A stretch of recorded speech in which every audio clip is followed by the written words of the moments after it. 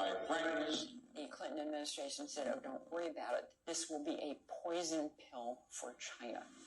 China's strategic goal is to make sure that the U.S. has 4 enemies, and one of them must be a terrorist group. We are giving of our life's blood so that the Chinese Communist Party can survive and thrive.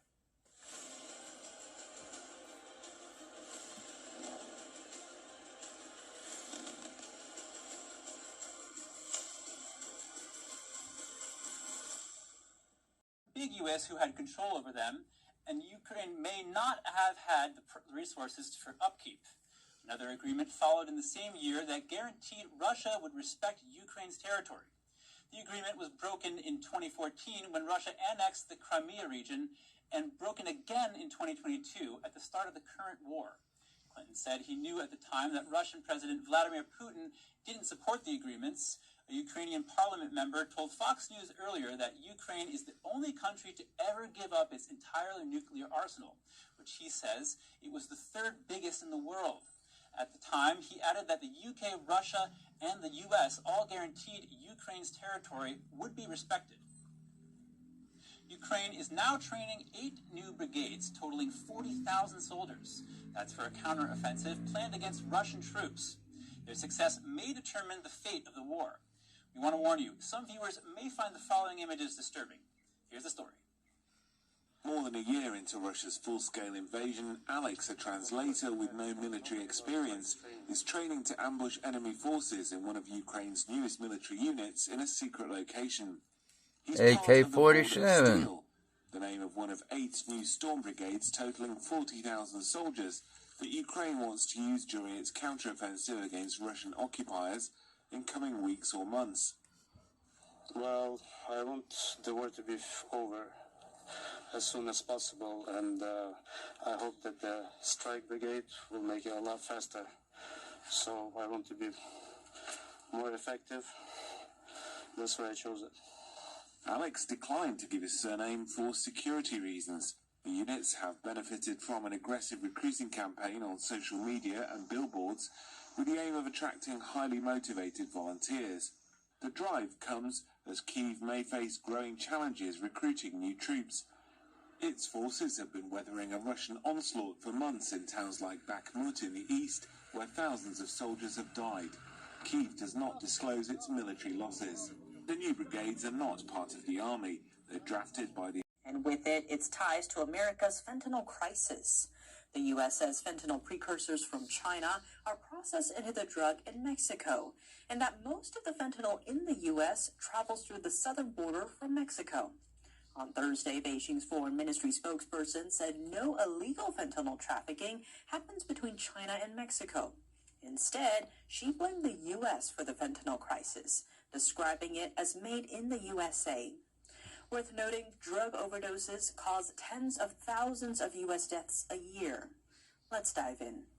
The statement followed a letter from the Mexican president to Chinese leader Xi Jinping, urging China to help control shipments of fentanyl to Mexico.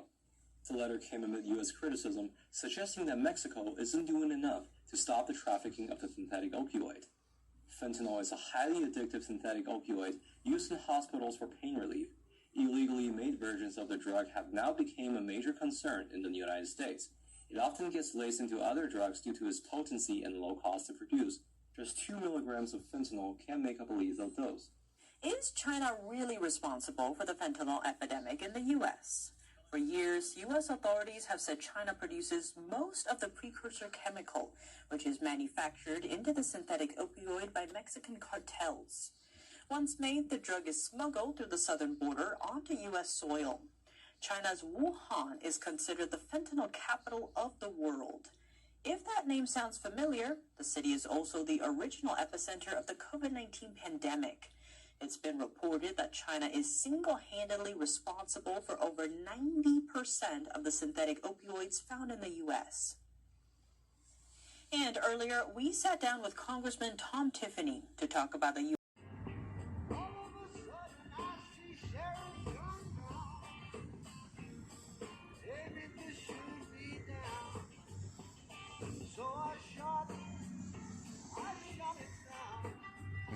Ukrainian President Vladimir Zelensky told CNN that Ukraine has already altered some of its military plans because of the leak.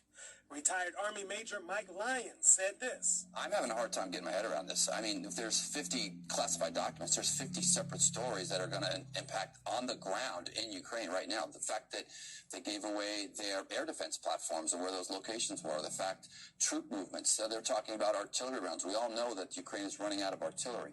So this level of breach is significant.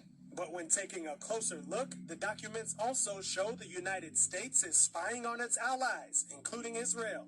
We recently reported on the protests in Jerusalem over possible judicial reform. Well, the alleged classified documents indicate that Israel's main intelligence agency, the Mossad, which is similar to the CIA, encouraged those protests. The Mossad later released a statement saying, the Mossad and its senior officials did not and do not encourage agency personnel to join the demonstrations against the government, political demonstrations, or any political activity. And another alleged secret document shows the detailed conversation between two leaders of allied country South Korea. They were discussing how to supply weapons to Ukraine because it would go against South Korea's policy of not supplying lethal aid to countries at war. And according to the document, one of the South Korean officials said they could get around the policy by first selling the weapons to Poland. A South Korean lawmaker later responded to the leak. We strongly regret that the top U.S. intelligence agency had been illegally spying on allies like our country. We strongly demand a thorough investigation and urge that similar incidents do not occur. And the deputy spokesperson for the U.S. Department of State, Vedant Patel, says they are speaking with those who were affected by the leak. These engagements are ongoing. They're happening across the interagency. They're happening at the highest levels, and we're doing so with our allies. The U.S. Department of Defense has referred the leak to the Department of Justice for a criminal investigation. Jason Perry, NTD News. Escalating tensions in the Middle East. The Israeli allegations. And Britain's Ministry of Defense spoke up on Tuesday. They said there was a serious level of inaccuracy contained in the leak of alleged classified U.S. information. The alleged classified documents show Britain could have special operations troops on the ground in Ukraine. The United States believes the person who leaked the document is an American due to the classification markings on the documents. Republicans are ramping up investigations into the Department of Justice over allegations of the FBI targeting Catholics. We hear from a legal expert on how this could affect not only the DOJ and FBI, but also Republicans' overall image. A new economic forecast from the International Monetary Fund is not so pretty. It's actually the lowest medium-term forecast from the IMF since the 1990s. We'll dissect the current economic situation and the federal government's role in it. White House. And now to look closer at this, we have an insider look at what America First Legal is actually trying to find here and why they say it's an important issue for them. Here's a look. Joining me now is America First Legal Senior Counselor and Director of Oversight and Investigations, Reed Rubenstein. Reed, your organization filed a Freedom of Information FOIA request with the National Archives and Records to obtain records related to the Biden White House's special access request for President Trump's records located at Mar-a-Lago. What's the point of what you all are doing here? So we're trying to find out what... Thank you for your insight. America First Legal Senior Counselor and Director of Oversight and Investigations, Reed Rubenstein. Thank you for... Sources and spies in Latin Mass parishes and other Catholic parishes around the country? The Justice Department does not do that. It does not do investigations based on religion. Today, Hawley sent a letter to Garland saying the AG statements were false, as recent investigative findings by the House Judiciary Committee show. At the end of the letter, Hawley demands answers for 3 questions, basically seeking information on the DOJ's exact involvement in the alleged spying on American Catholics. This comes just a day after House Judiciary Chairman Jim Jordan subpoenaed FBI Director Christopher Wray. Jordan is seeking information in connection with an FBI memo, now withdrawn, that discussed the ways to infiltrate Catholic places of worship. The memo obtained by Jordan and Representative Mike Johnson last month showed that the FBI planned to use local religious organizations as new avenues for rooting out white supremacists. So let's find out more about Republicans' ongoing investigations into the FBI and the Department of Justice. Joining me is Mike Davis, founder and president of Article 3 Project. So, Mike, I want to talk about the Republicans putting the subpoena power to work. Now, we recently have seen Chairman Jim Jordan subpoenaing the FBI. We saw that yesterday. And then you have Congressman Comer, the chairman of the Oversight Committee, subpoenaing the Bank of America to get access to documents related to Hunter Biden's business dealings. Obviously, this is something the GOP campaigned on. What do you make of all of this?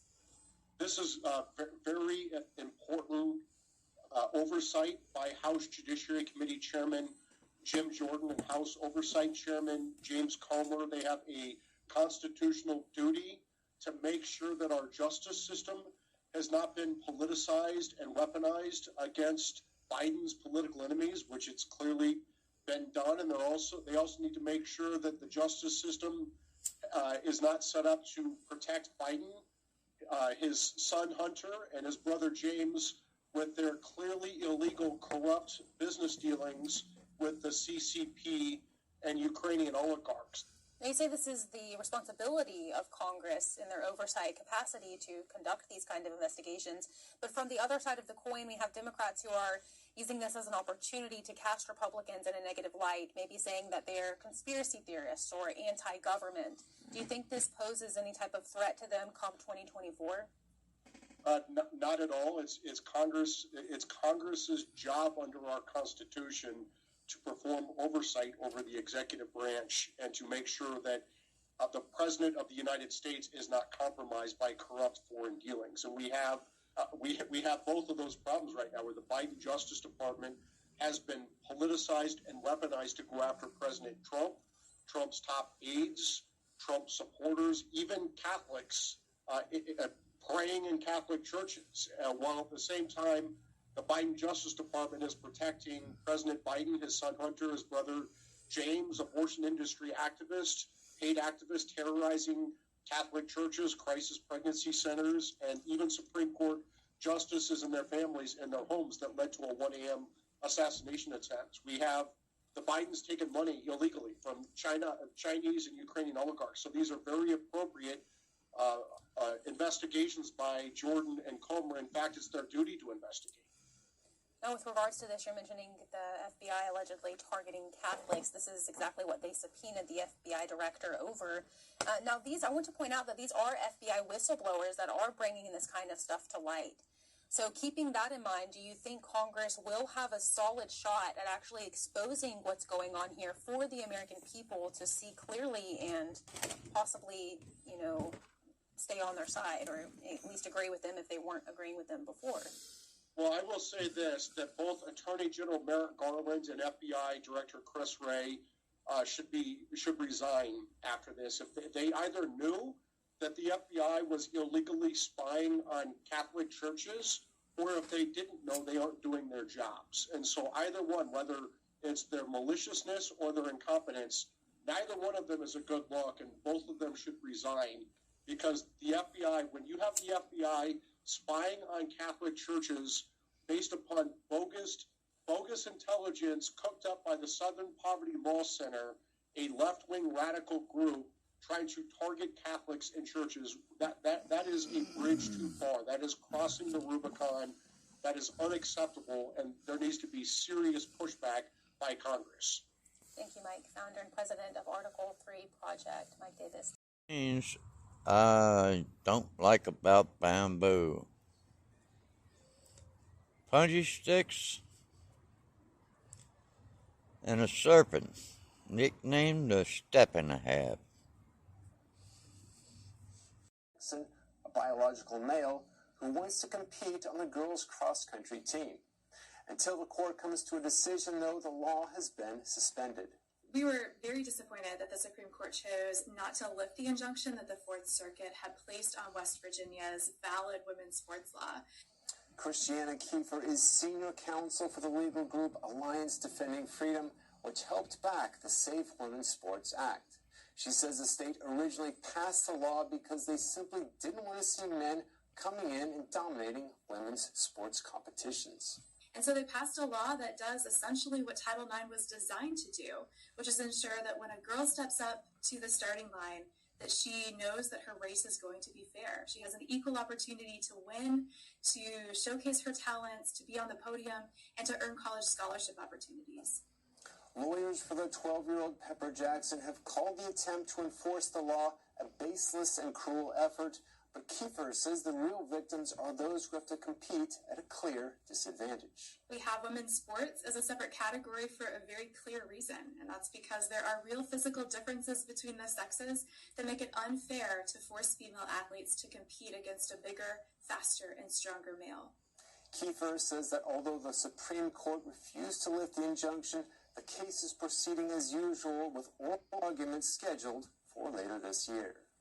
And for your sports viewing schedule tonight, no NBA games, but 13 baseball games are on, and that includes a matchup of aces in New York as the Mets start three-time Cy Young winner Max Scherzer opposite. Without any of that unnecessary stuff like shaving, deodorant, or social skills. And think about it this way, the less amount of people you allow into your life, the less amount of people there is. What kind of a person would suggest you die alone today? That's crazy. In your life after a while, we want you to know that it's going to be hard sometimes. Sometimes it's going to feel like the weight of the world